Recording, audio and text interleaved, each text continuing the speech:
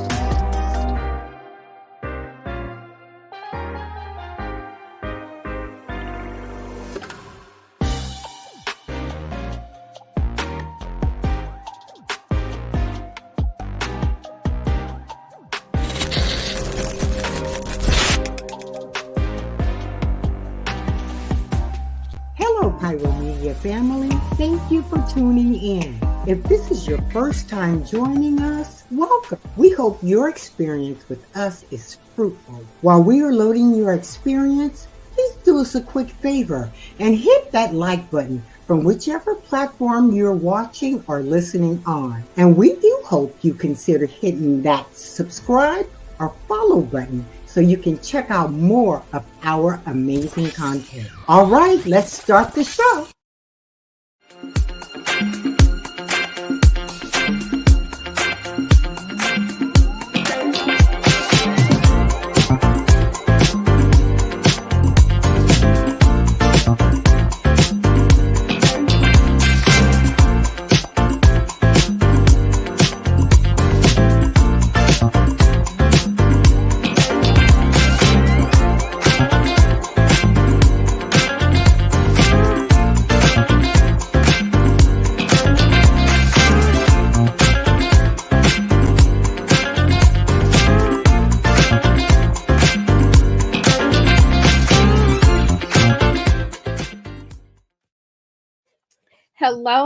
Hello, and happy Wednesday. Welcome to She is Shenomenal. I am your host, Tasha Champion, the Shenomenal coach of Champion Empowerment, always teaching you to love the champion you are. And we are now in our second Wednesday of International Women's Month, and we are celebrating women. You guys know that part of what I do is to celebrate women every day, all throughout the year, because we are just magnificent. We are a wonderful, wonderful set of people, women of color. We are just really working to thrive, to have our voice, to stand in our power, to stand in our truth, and to not let anyone break us or bring us down. And that's why it's so important that each one of us need to make sure that we are uplifting our fellow sister and women of color. Tonight on She is Shenomenal, we're going to have a very important topic. We're talking about Black health, right? Specifically in women. However, you are going to learn things that's going to help you, even if you are a Black man or a Hispanic man of color, like what you learned today is going to help you across the board. But we are going to really talk about Black health and how it affects Black women in the healthcare industries. Just to give you a little bit, I'm going to share my story before I even bring in my guest. And I'm just going to honor me and my sister, Tish Smith. Many of you know, if you don't, you're hearing it for the first time. We were diagnosed with breast cancer 2 weeks apart. We carry the BRCA gene. It's the breast cancer susceptibility gene. Many of you know it as the Angelina Jolie gene, but us regular folks get it too. My mother is a breast cancer survivor, and there's a whole history in her family. Well, in 2015, her doctor really urged her to get tested for that BRCA gene. She was positive. My sisters and I tested, and we were all positive. And we decided that we would have these elected surgeries to really save our lives. So to put it in perspective, we were at an 87% likely chance of getting breast and or ovarian cancer. So it was very, very high. And we decided to have these elected surgeries. I had all of my reproductive organs removed: ovaries, uterus, cervix, and fallopian tubes. I had my children. I had 4 children. And then I had an elected double mastectomy with immediate reconstruction. This would again reduce the risk of me getting breast cancer. It would take me from an 87% likely chance down to the general population, which is about like 7 to 9%. Well, it was during that elected double mastectomy that they found the cancer already growing. And again, just 2 weeks prior to that, the same thing happened to my sister.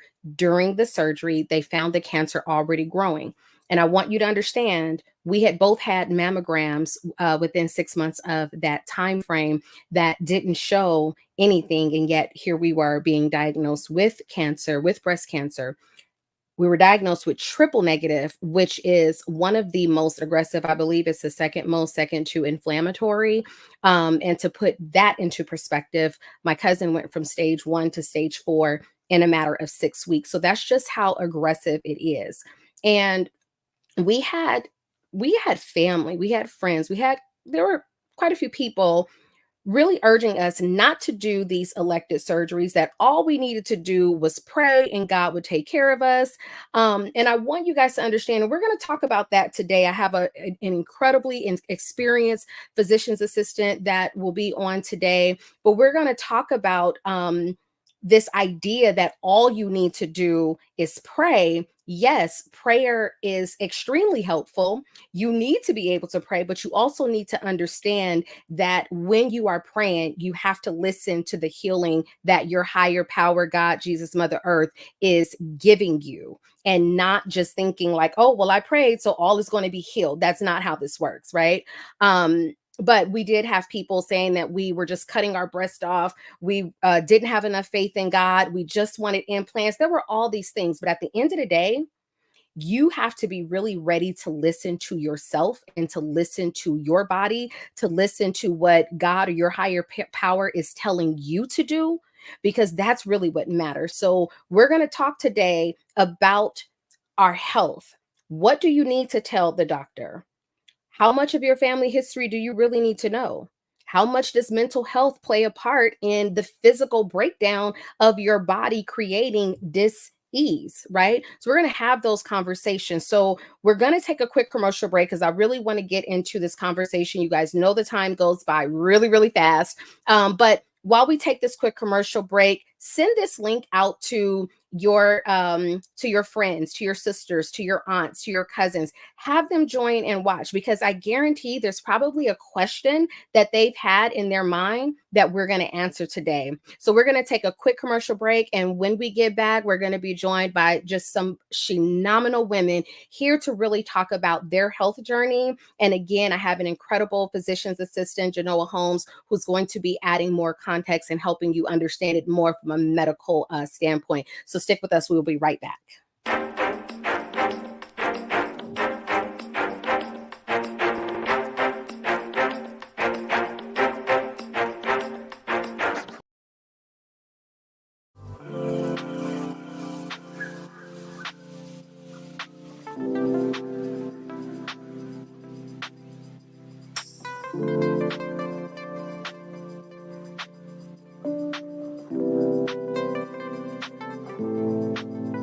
Because self-care should be luxurious.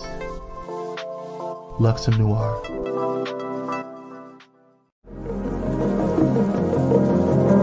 Hey pilots, did you know that you can now catch the electrifying sounds of Bulletin Flight Radio anywhere you go? Yes, you heard it right. Tune in to the high-flying beats and soaring melodies by downloading the TuneIn app on your mobile device. Just search for Bulletin Flight Radio and hit play. It's that easy. And if you have a smart device like Alexa or Google, just say, hey Google or Alexa, play Bulletin Flight Radio on TuneIn. Experience the rush of adrenaline wherever you are. Listen to Bulletin Flight Radio on TuneIn using your Alexa or Google devices. Soaring through the skies has never sounded this good. Don't miss out on the ultimate musical journey. Tune in now to Bullet and Flight Radio on TuneIn and let the music take you on an unforgettable ride. Get ready to elevate your listening experience. Brought to you by Bullet and Flight Radio.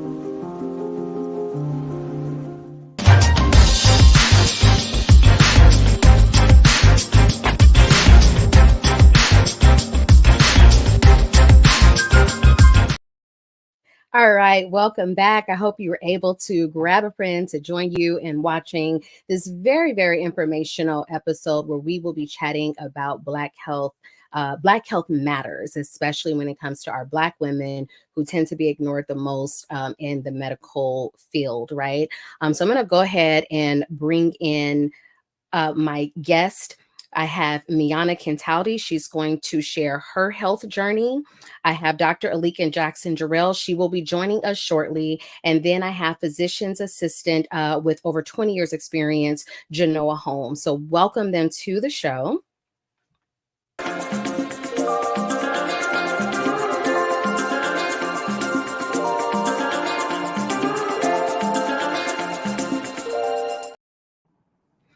Hello, ladies. How are you? Good. Good evening. Good. Okay, so we're like literally talking about Black health, and I am over here having a major hot flash. So like, I just want to turn and just hug my fan right now because that's real. We're talking about health, and yes, because of the surgeries that I had, I was put into menopause overnight, and so here we are. Hey, Pamela, welcome. Thank you for joining. So I'm going to go ahead and have you guys introduce yourself. I'm going to start with physician's assistant Jenoa. Introduce yourself. Tell us a little bit about your history and what you do. Okay, so my name is Jenoa Holmes. I am a board certified physician assistant, currently in my 25th year of practice.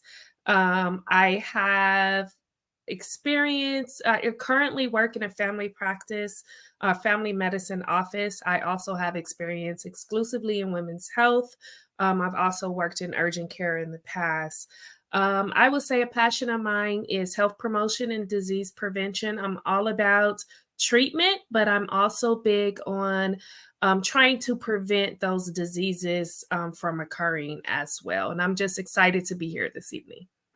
Thank you. And we are going to get in that prevention because I do feel like far too often, especially in Black culture, we wait until the disease happens because there's some medicine that we can swallow to keep us in our unhealthy habits until it's no longer working. Yeah. So I want to talk about that. Miss Meana, go ahead and introduce yourself and what you do. Not your health journey yet, but just introduce who you are and what you do. Well, hello, everyone. My name is Meana DK, and I am a fitness and wellness coach. That is what I do. That's what I love. And the name of your business? Thickness Fitness. How can I forget that? I'm the founder and CEO of Thickness Fitness. And quick question, why did you name your health coaching practice, wellness practice, Thickness Fitness? Oh, because I'm all about being loud and taking up space, especially in an industry that wasn't designed for me.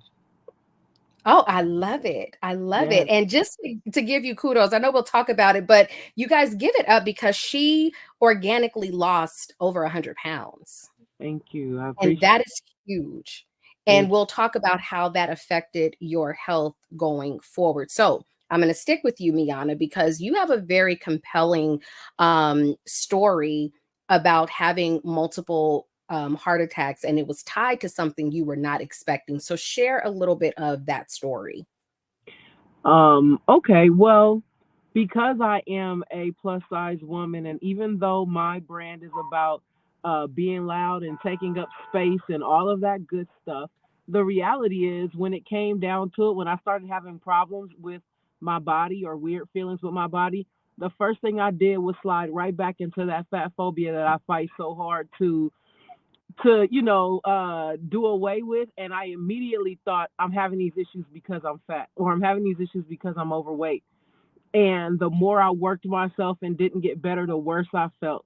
And it culminated with just me having, 3 cardiac episodes in 1 week. And I thought I had already learned all the things. I thought I was doing good. How? Um, so sometimes you can kind of believe your own hype a little bit and feel like you have all the answers and you're doing okay. You don't need no extra. That wasn't my testimony. And then when things hit the fan and they're doing all of the tests and they kept me in the hospital, it came down to the problem being not physical. In that, I understand that of course I am still a plus size woman, but in that all of the tests came back normal. All of the tests came. Mm. So the cardiologist, they ruled out every other thing other than stress. And they said if I can't find a way to deal with my stress, I'll be back in there again for the same thing. And Wow. yeah, Is it okay to ask how old you were at the time you were having these cardiac episodes? 42. It was last year. I was 42. Yes, ma'am. Too Wow. young to be having those type of episodes. Absolutely. We're going to pause for just a second. I want to bring in Dr. Aleka Jackson Jarrell. If we can bring her in. Ms. Jackson, welcome. How are you? Oh, we can't hear you. Hello. How is everyone? I'm well. I'm sorry I'm late. It's okay. Give us a quick introduction of yourself. My name is Dr. Aleka Jackson Jarrell. I am an educator at Adelanto High School. I'm a mom of 8. I'm a wife, and I'm a queen. Beautiful, beautiful. And I'm just going to correct her, y'all. She is not an educator. She is the educator. Like, yeah. she is in the high desert. Oh, she is the educator. Okay. So we were just kind of learning Meana's story about having these cardiac episodes, just truly tied to stress. And Jenoa, I want to go to you because, of course, you see this all the time. What does it mean when you are already just in your early 40s and you're having these cardiac episodes? Well, it can come from a variety of reasons. So definitely the first thing that we always want to do in that situation is to make sure that we're not missing any type of physical causes. Okay. And so you definitely want to get in. Cardiac episodes can be described as episodes of chest pain, shortness of breath, heaviness on the chest, feeling palpitations, flutters in your chest. In women, it can also present differently. We don't always have those classic presentations. So sometimes it can present as abdominal pain. Sometimes a lot of women who are experiencing cardiac symptoms will think that they're having gas or think that they have indigestion. And so you want to always keep that in mind as well. But the first step is to, if it's consistent, go into the emergency room. You definitely need to get immediate evaluation. Do the proper testing, that includes EKGs, tracing of the heart, blood tests, things like that, to see if it is something that's physical that's causing it. If those tests are negative, then we definitely always want to address and pay attention to the mental health component.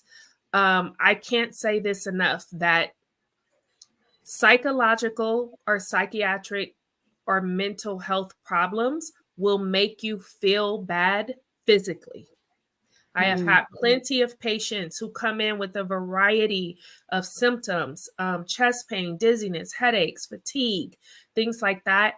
And we do a lot of tests and we can't, everything is coming back normal.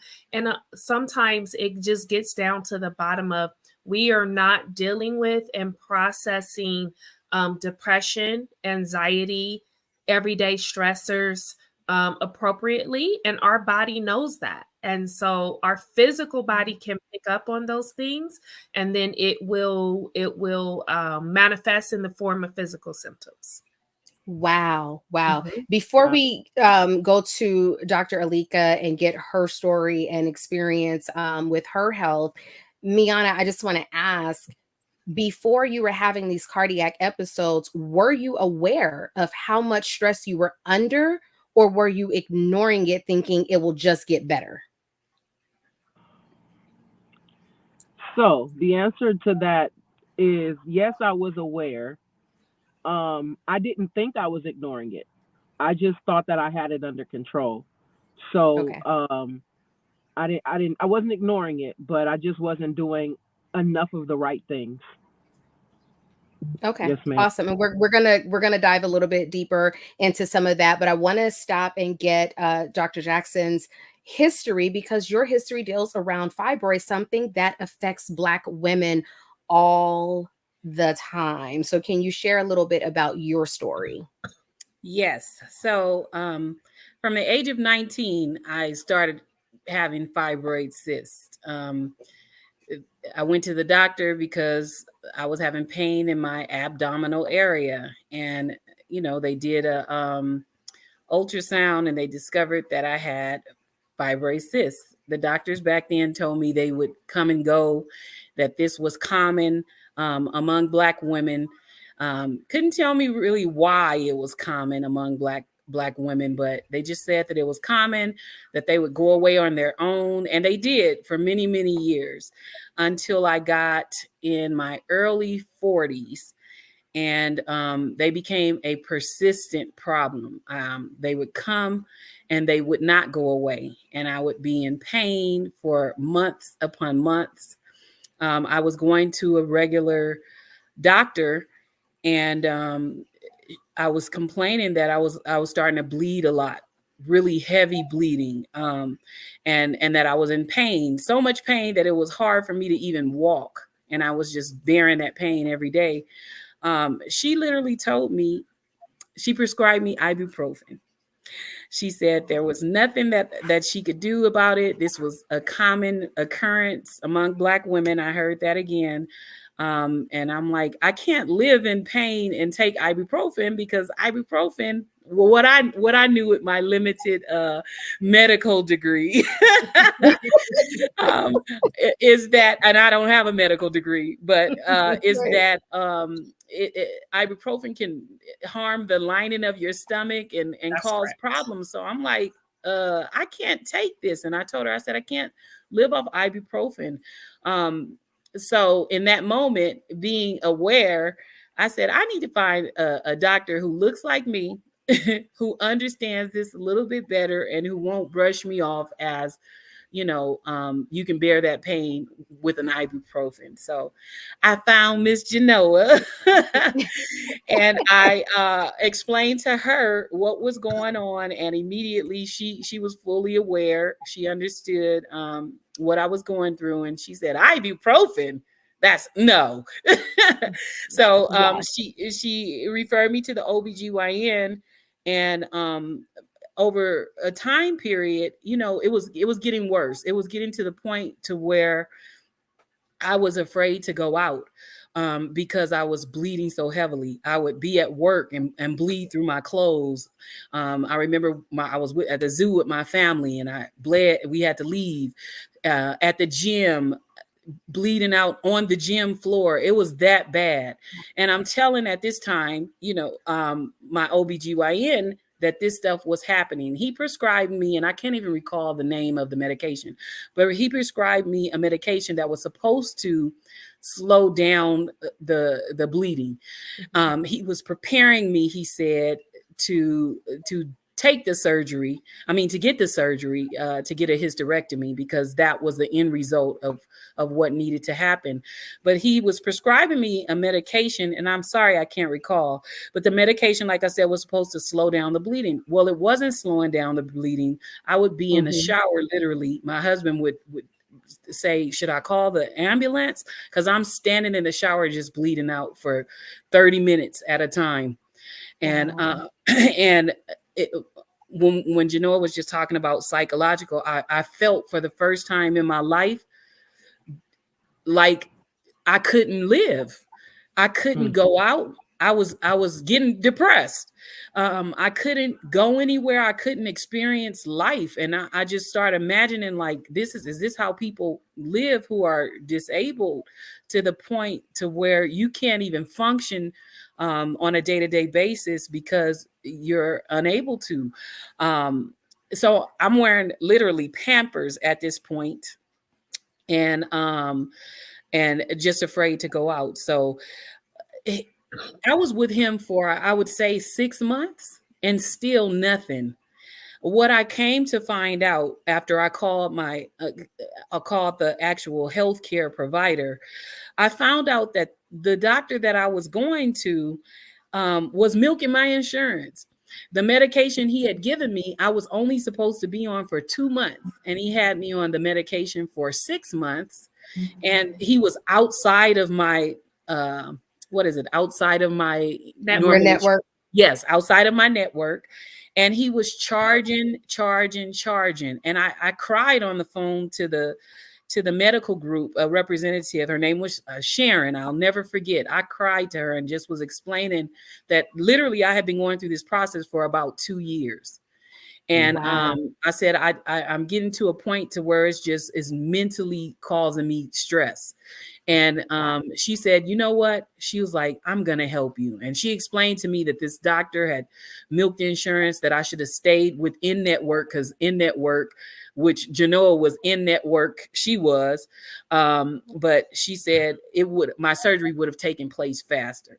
And okay, okay. I'm sorry. I'm gonna pause you for a second, because I want to take this back to Jenoa when we look at. I know we got to come to a commercial break in just a minute, but Jenoa, when we're looking at what we are being prescribed, what are the parameters that determine what prescription the doctor is going to give you for whatever health factor it is? So it's a lot of things that play a role in that.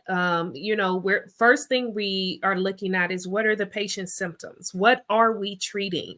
Sometimes we're treating symptoms before we have a full understanding of what the diagnosis is, because sometimes when you first come to the doctor, we are managing symptoms. You're telling us what you're feeling and what you're going through.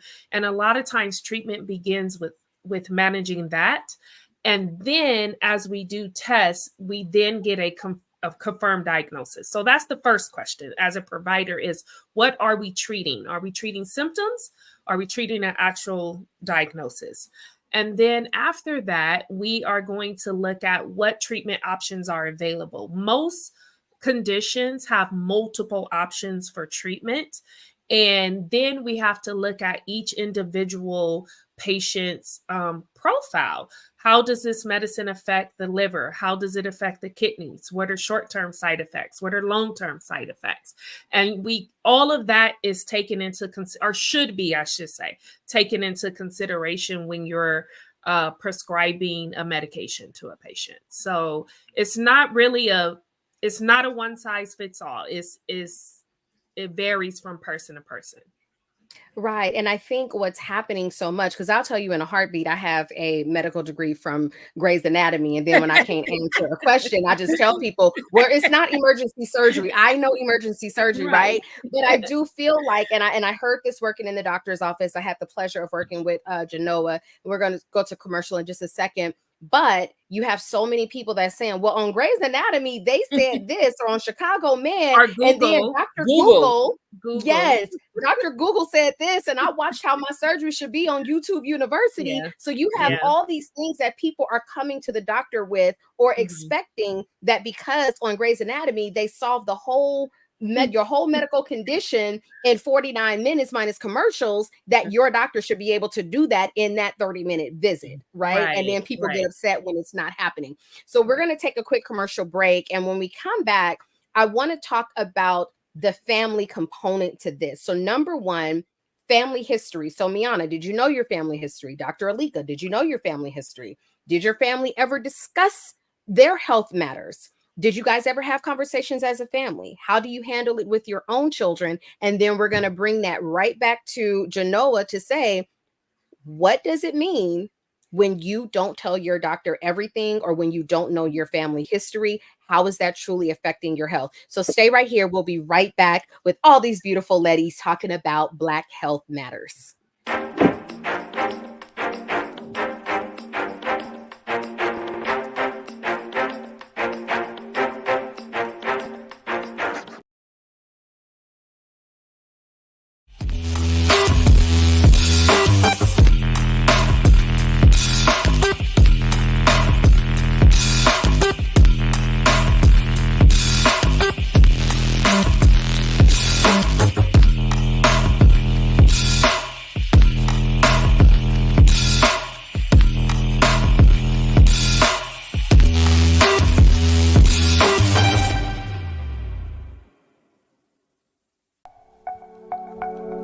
Are you ready for enlightening conversations that transcend boundaries?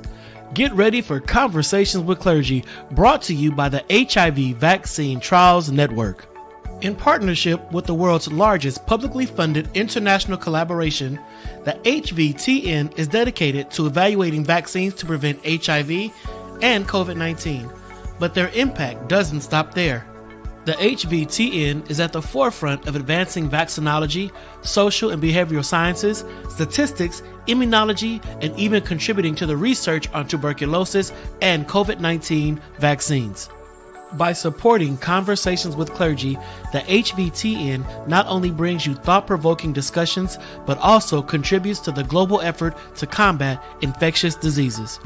Tune in, stay informed, and be a part of the change.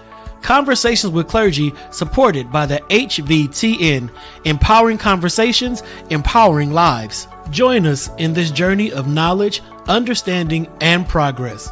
Conversations with Clergy, proudly brought to you by the HIV Vaccine Trials Network, because together we can make a difference.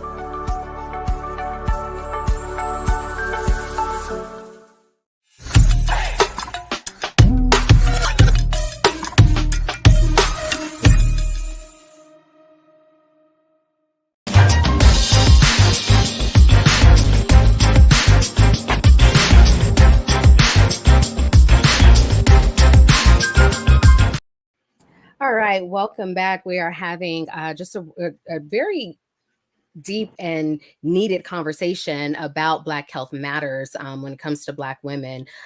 However, again, I will say what you will learn today is not just for Black women, it's for all of us. There are things that you need to be mindful of, aware of.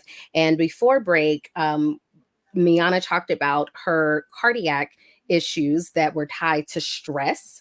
Dr. Aleka talked about her fibroids and how she was given ibuprofen, something that she should not have been prescribed for, and a different medication for a certain at the time, and then being told, well, you know, it happens. It happens in Black women, right? And I'm one of those. I had ovarian cyst, and I kept telling the doctor, they kept giving me more birth control pills, and I kept saying, I think the birth control pills are what's causing this, is what's causing the pain and causing the bleeding. No. It should actually be regulating your cycle. It didn't. And I ended up having emergency surgery with a 9.3 centimeter cyst, like the size of a grapefruit. I'm 97 pounds and I've got this huge cyst sitting on my ovary. So this is why it's so important for you to really listen to yourself and communicate that with your doctor. So I want to talk about the family component in this.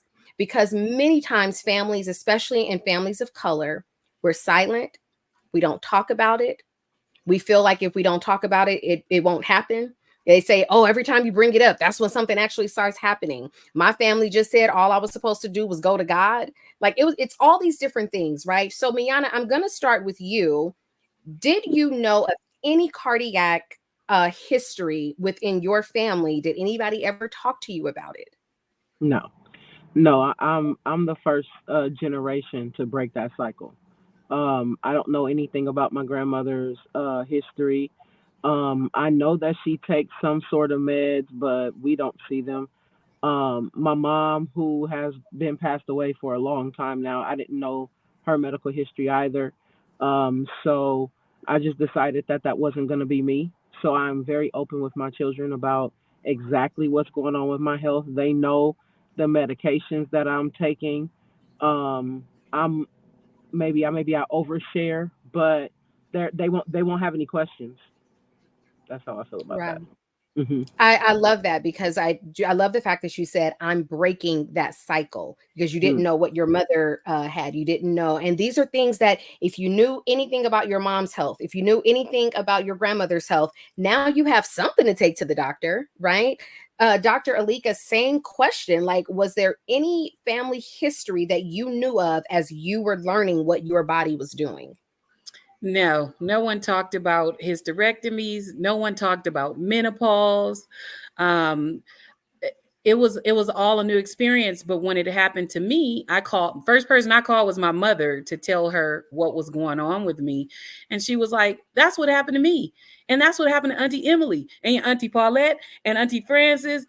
all the women on both sides of my family had hysterectomies, had fibroid cysts and extreme bleeding, and nobody talked about it. So I'm like, I'm telling everybody, somebody should have told us about menopause. Somebody should have told us about what our future as Black women may hold. I started a Facebook group, first off, to talk about menopause and to talk about hysterectomies and things that Black women are going through. And I overshare as well. I have a group chat with all of my children. Every time I go to the doctor, I put updates in there. We talk about it in the way where they, when you go to the, I say to them, when you go to the doctor, you're going to be able to say, you know, my mom had this and she went through this, and your dad, you know, telling them what he went through, even if he didn't. What I know, I'm sharing with them, because we need to be informed. We need to know what to expect, especially if this is something that is continuously affecting Black women. They need to know what it looks like so they're prepared. Right. So, Jenoa, I'm going to come right back to you with this. What does it mean when you know your family history and you can convey that to your medical provider? And what does it mean when you don't know because you have the family at home who we're not talking about that, right? How does that affect your health overall? Well, of course, in an ideal situation, when you know your family history, it can just help us as providers kind of guide us along the path a little bit quicker. Okay. When you come in and if you know family history, there are certain things that we are going to look for that we may not look for in another patient, or certain tests that we're going to do more quickly because you have a higher risk of certain things occurring. Okay. So ideally, if you know your family history, that's the best case scenario. But there are plenty of patients, like you said, who come in who don't know their family history for various reasons. The family doesn't share it. Some patients are adopted and they don't know their biological, lineage or their biological history. So that's always, a factor as well. It does not prevent us as providers from doing what we need to do, but it can prolong the process of kind of getting to the bottom of what's going on, and so I just encourage everyone to, particularly in people of color, Black communities, brown communities, we have this, we have this inability, or, we don't want to tell our business, that's right. Usually how it comes across. We're not going to tell our business, but you need to share your medical history with your children, let your spouse know what's going on, or your significant other as well, because God forbid, sometimes you may get into a situation where you can't speak for yourself, and you want someone to be able to communicate certain things about your health history to your provider. Right. And sticking with you, Jenoa, and thank you for that, because I'm just hoping that someone that's listening or watching the replay will say, you know what, maybe I need to ask my mom these questions, or maybe I need to ask my grandmother these questions. And Dr. Aleka, when you talk about menopause, like all I remember was my aunt constantly fanning herself. I didn't know anything else. I'm like, why is she always hot? And when they told me I was going to be in menopause overnight, I was like, nah, I'm different. Like, I'll be okay. No, I went from Tuesday surgery to Wednesday being in a hot flash, right? So our bodies go through these different things. But what I want to ask you about is, what are the health concerns that Black women specifically need to be aware of, because we are on the higher risk of that spectrum? So I would say definitely uterine fibroids is a big one. Okay. Fibroids are, which is what Dr. Jackson suffered from, but fibroids are tumors that grow inside the uterus. They can sometimes implant on the outer part of the uterine wall, but they are tumors. They are not cancerous, but they cause a variety of symptoms, including heavy vaginal bleeding, chronic pelvic pain. They can lead to infertility, things like that. They are more common in Black and Asian women. We still have not gotten down really to the bottom of why that is. We do know there are certain risk factors that increase the risk of fibroids, obesity being one of the main ones. And we don't know if it possibly is due to just more estrogen production. The more fat tissue you have, the more estrogen you have. So that can play a role. So uterine fibroids is something that's much more common in Black women. Heart disease is more common in Black women as well. High blood pressure, diabetes, those are some of the more, common ones. I would say for family history, you want to know your family history when it comes to any type of cancers. You need to know that. You also need to know family history in relation to heart disease, to diabetes, and also certain types of seizure disorders, things like that can also be genetic as well. Okay. All right. Thank you. Y'all out there listening. Excuse me. Please make sure you are talking to your families. If you are a mother or a father, talk to your children. I speak a lot to those who are going through cancer, and many of those that I talk to, they don't want to tell their children. They don't want to burden their children. They don't want their children to know. They want to fight it before they tell. Then I have those people who are like, oh, well, I'm just going to eat my way back to good health. Y'all, please don't do that. Eating healthy is great, but if you are already in the thick of some type of illness, eating a salad every day is not getting ready to cure that. Okay. And then I also have those who are just like, no, we're just going to pray, and we're going to pray this way, and we're going to pray, pray, pray. Listen, it's a lot of people who have passed on, and trust me, their families, friends, and loved ones was praying for them. Right. So I'm going to take this back to Dr. Aleka and Meana. How did your faith and responsibility play a role in you taking action on your health? And I say faith and responsibility because, of course, yes, we pray, but we also have to understand that there are answers that we are being given to take measures, and we got to be responsible for taking those measures. So starting with you, Meana, how did faith and responsibility play a role in the outcome of what you experienced? Well, my faith plays a huge role. I feel like God in his infinite wisdom created doctors. I don't understand the disconnect. So you pray, you're going to pray for your doctors. Like, I don't understand. Like, you know what I mean? There really shouldn't be a disconnect there, in my opinion. I feel like anybody who feels they can just pray something away is not, because of their belief in God, is, in my opinion, not a very learned Christian. You know what I mean? There's still some more reading and connecting that needs to be done, and that's just my opinion, right? And this is coming from someone who previously, Tasha, Luther and I pastored a church for 7 years. It's not something that is new to us. It's true to us, and still, we understand the importance of doctors. We understand the importance of eating right, exercise, prayer, and doctors and therapists. I understand the benefit of all of them. So, right. Yeah. So they all work together for your greatest good, right? Right. Dr. Aleka, same question. How did faith and responsibility play a role in how you handled your health experience? So I'm a humanist. I believe in the power of the people. So first and foremost, my faith is in myself and following through on what I know to be right. And then knowing that my doctors, trusting that my doctors are doing the best that they can, but more so trusting myself to know when something is not right. And when it doesn't feel right, I need to be proactive in making sure that I get to the right end.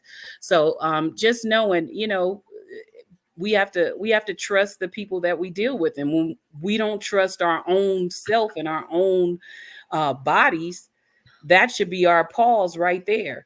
So I know my body better than a doctor knows my body, because I know me, right? So if I'm not going to listen to what I know is right and then share that information with the doctor who I trust. They've been trained, they know what they're doing, hopefully. And if they don't, trust in myself enough to listen to myself and say, okay, this person is not making the best decisions for my interest, and then moving on and finding someone else. Wonderful. I love that answer because I'm that same way. Like, I believe you absolutely have to be so in tune with your body to understand when something changes, when something feels different. I'm that person where everything is down the middle for me. If I all of a sudden feeling something on my left side, do I feel the same thing on my right side? If I don't, I got 3 days and I'm calling the doctor, right? My husband, that person I was married to, he would always, oh, you just love being at the hospital. No, I just love me.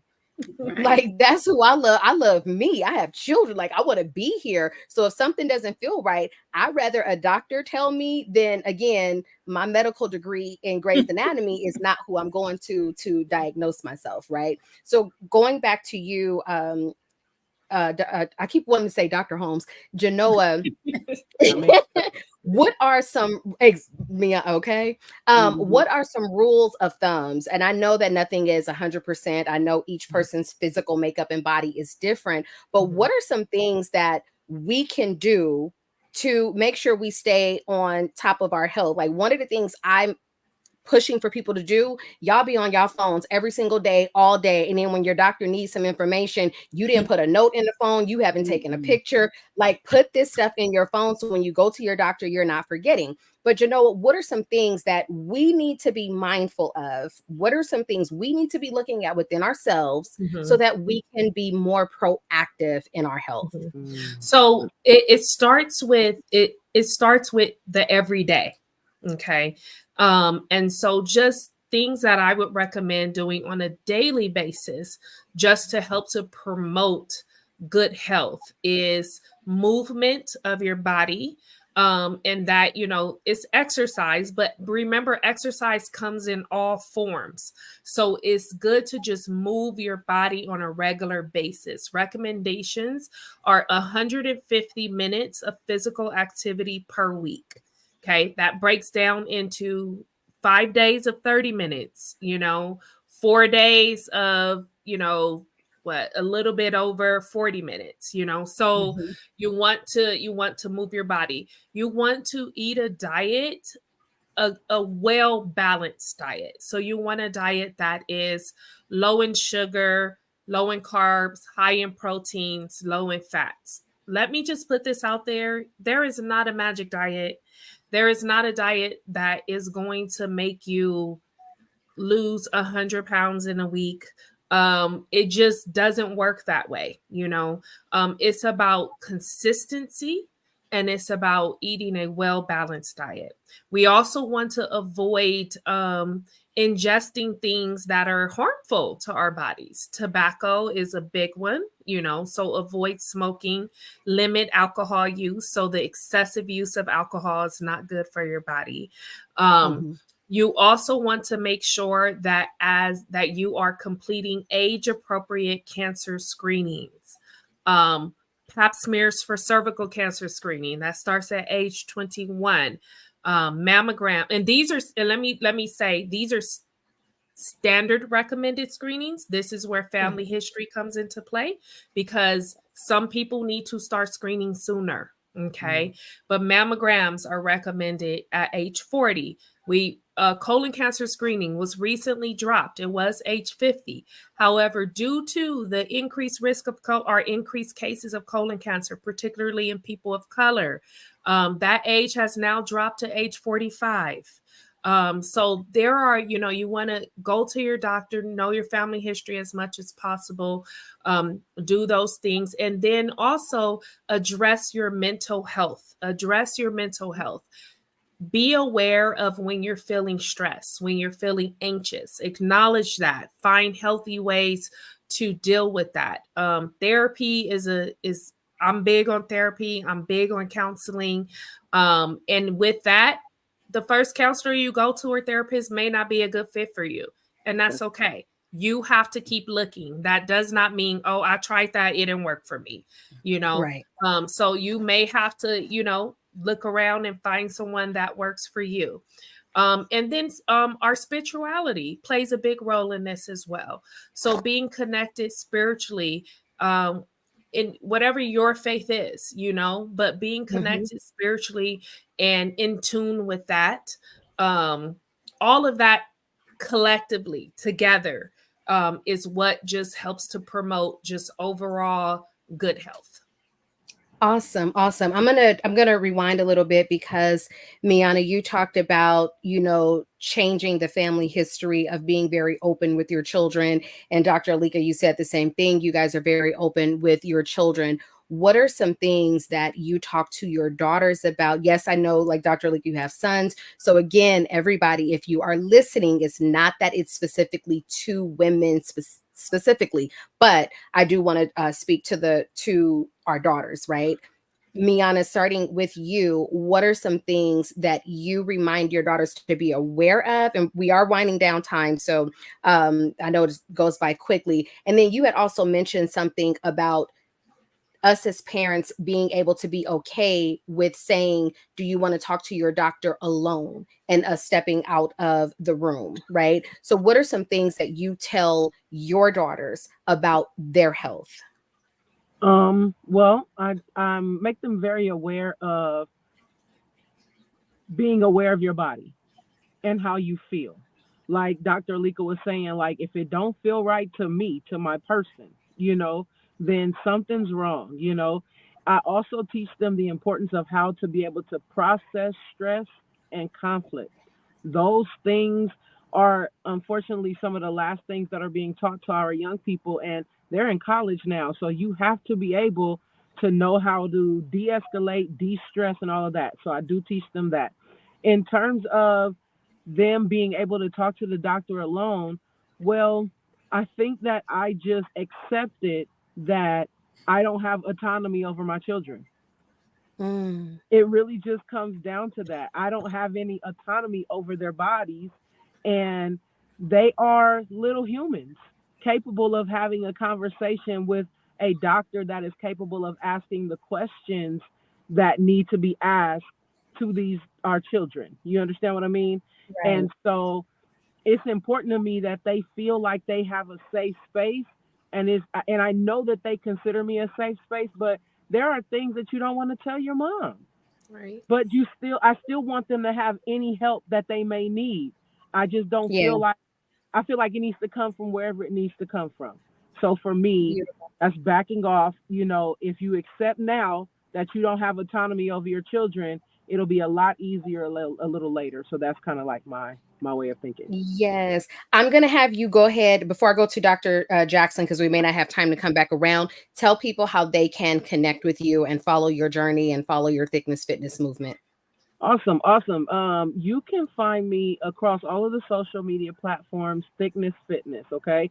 I am currently on Instagram, TikTok, YouTube, and Facebook, and you can find me across those platforms. I can't wait to connect with you. And thank you so much. Thank you so much for hosting this talk. It is so important, and I just appreciate it. Thank you. I just don't like the fact that 60 minutes goes by like 6 minutes, right? Dr. Aleka, okay, let me tell y'all, like she has 8 kids, but then she really has hundreds, because if you ever go to her school, you will see every Black student at Adelanto High. They are under her wings, right? Yeah. So I know you have multiple kids, and you talk to all of these kids as if they are your own from your heart.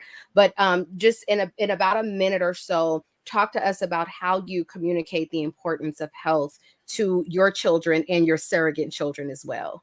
Yes. So I mentor girls as well.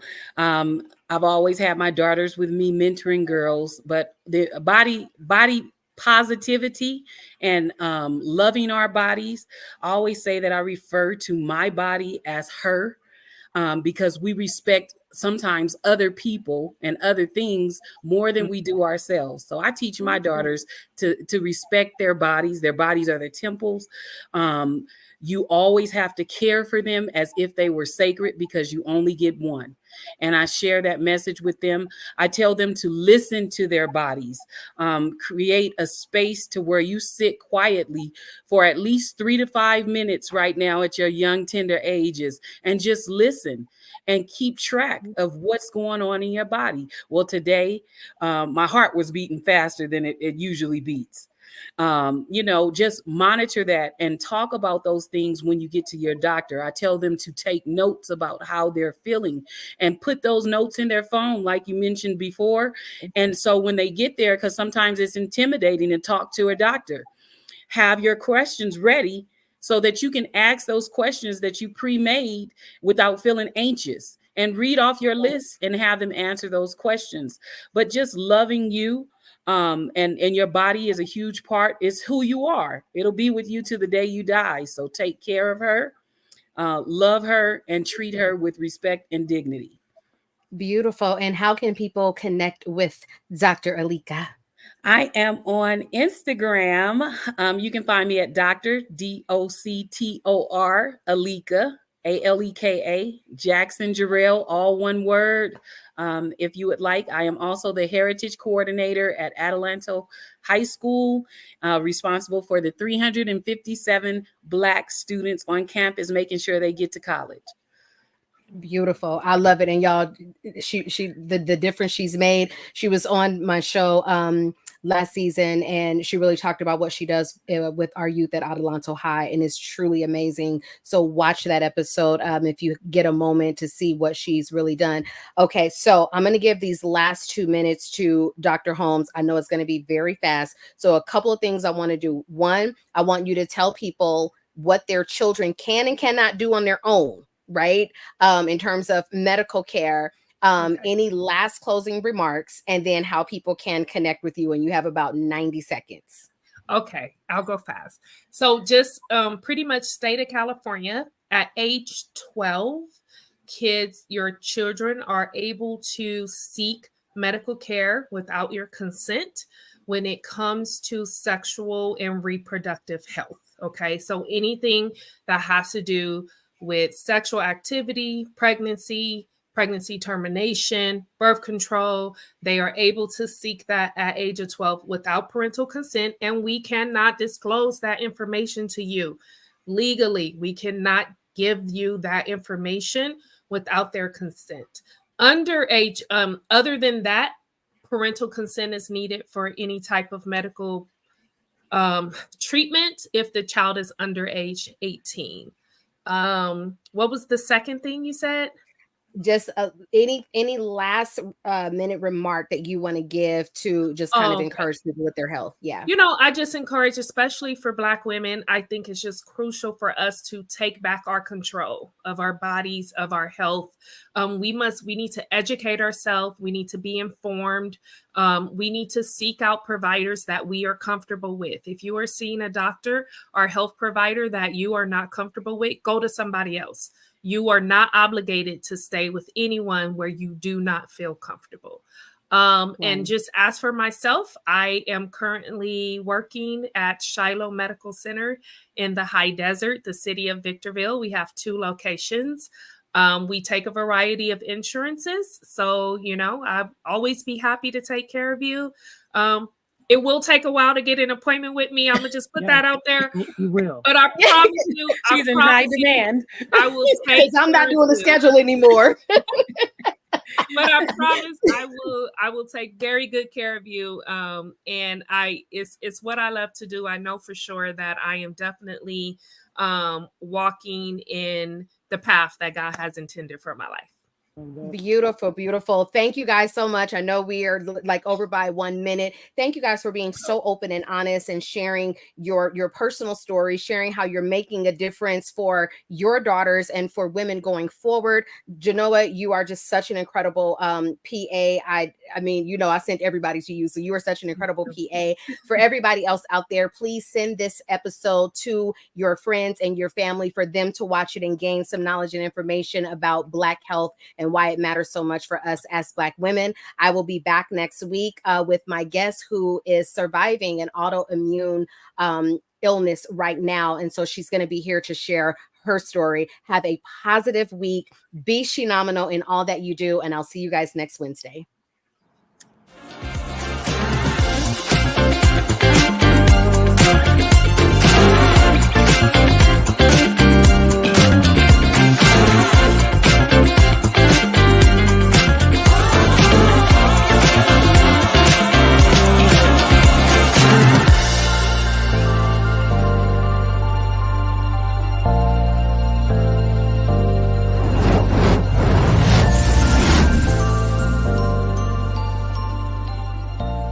Thank you for watching Pyro Media Network. For more information, please visit pyromedianetwork.com.